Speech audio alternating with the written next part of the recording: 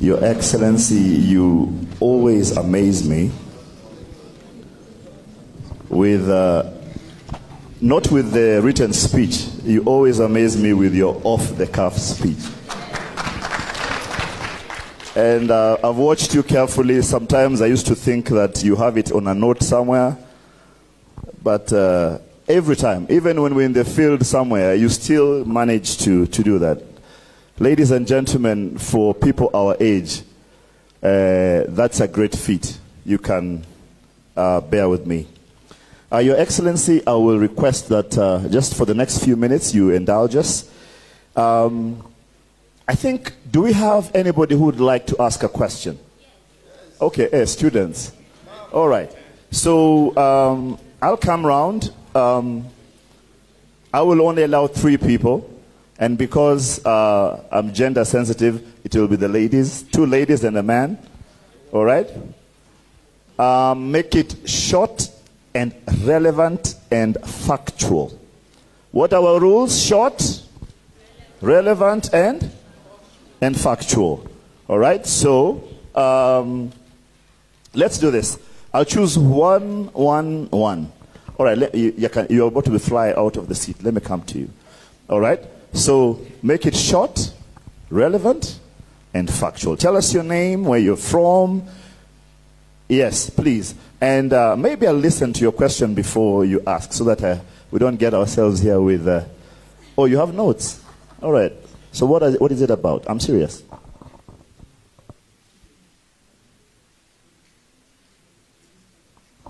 Good. This is short, relevant, and factual. Please. Thank you so much. Baba, Honorable Raila Odinga, and all distinguished leaders present, how are you? My name is Sofina Merino, a consultant on youth and leadership in Africa. Now, one thing for sure, we cannot downplay the significant role mentorship plays in leadership development. And with the strides that we have started to make on accountability and championing for social justice, what can you advise from your experience to passionate individuals on the continent to ensure that we achieve success in achieving democracy, social justice, and have control of our continent? Thank you. Thank you very much. I also want to give a chance to those who are visiting with us from out of this country. Wakenya wanajua mnapambana sana. Anguka nayo. Where are you from? All right, please. Thank you so much. Honorable, they call me chairperson of African Union. My name is Eva Gerard from Tanzania. I'm a chairperson, also founder and CEO of Tanzania Women and Youth Advisory Organization. My question is, as a coming African Union chairman, what a plan do you have to the young people of Africa continent? Thank you. All right, and here we say 2 ladies, so I need a man, a gentleman. Are you gentle? All right. Okay. Short, relevant, and senior. All right. Hello, everyone. Prime Minister, my question is very simple. We've had countless number of youth. Okay, my name is George Ngaira. I'm a businessman and also youthful and gentle, as you say. Honorable Prime Minister, my question is very simple and clear. We've had dozens of these youth organizations and conferences talking about youths, and we've always had policies that have been passed. As the incoming leader of a continental organization like the African Union, what mechanisms are you going to put in place to see to it that the implementation of all this program is done within a timed structure? Thank you very much.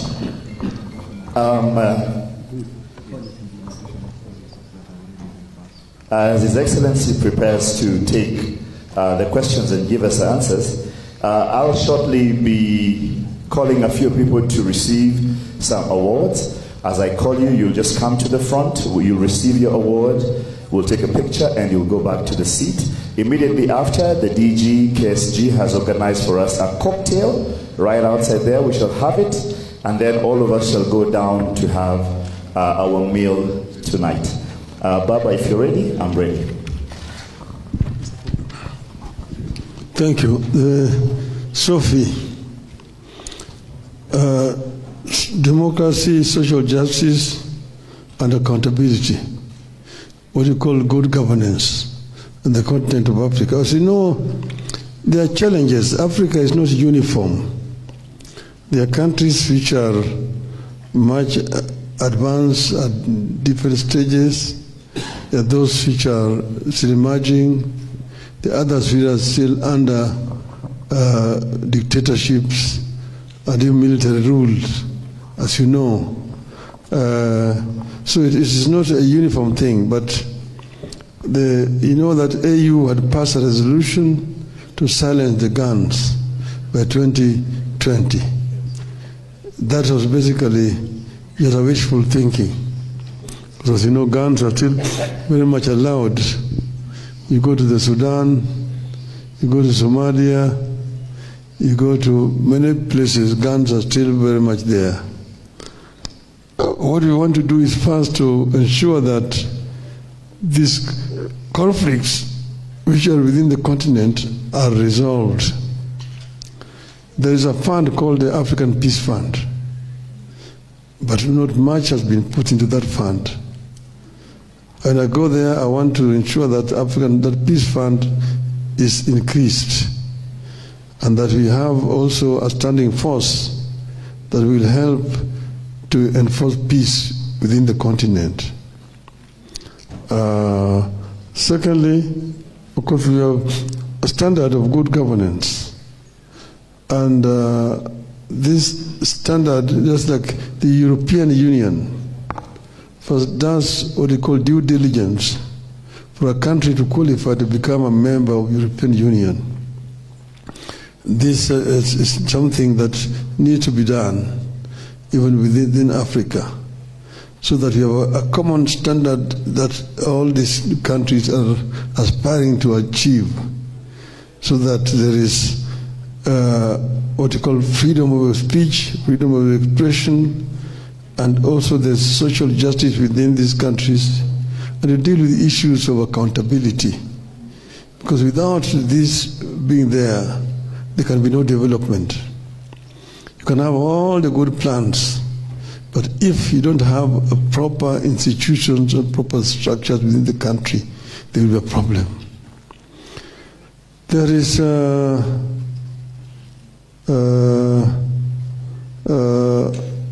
what you would call, there is a reform committee which has been set up. This, and here I think I'm going to deal with let me deal with the second question of Eva. The EU plan to raise the youth. I've already talked generally about the potential of the youth in the continent. And I've said that we need to empower the youth by first imparting knowledge and technology on the youth, so that the youth are properly empowered to be able to realize their potential. Now, there are different governments have got different programs, so they want to agree on a template that's continental wide, and we will be doing peer review of these African countries to ensure that they conform to the minimum standards that have been set by the African Union. Finally, George, on the implementation of policies. First, you need to know that currently there is a disconnect between the Secretariat and the the union, because a lot of resolutions which are passed by the summit of head of states are not implemented. I was talking to the current chairman, who is actually complaining that majority of resolutions passed by the head of state never see the light of the day, they're never implemented. I want to, right now there is a committee on reform of the AU. This committee has been chaired by President Kagame of Rwanda. But now this chair has actually passed on to Kenya, the Kenyan president.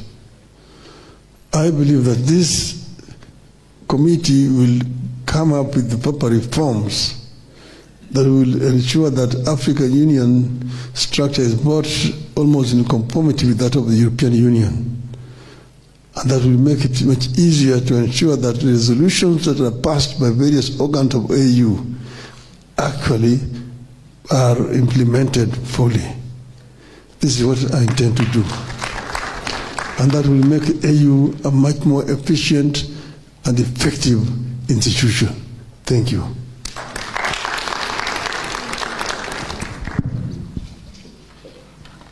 Hello. Thank you very much, Your Excellency. We are grateful. A round of applause, ladies and gentlemen. And once again, my name is Ambassador Thomas Kwaka Omolo, also known as Big Ted. I'm the immediate former Consul General for Kenya in Los Angeles. I just got home a few days ago, in case the accent confuses you. In case it confuses you, anguka na?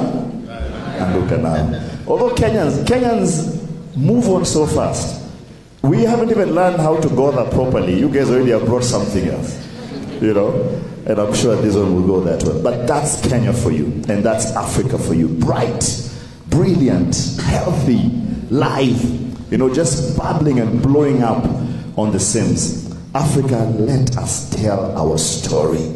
Remember what Chinua Achebe said, that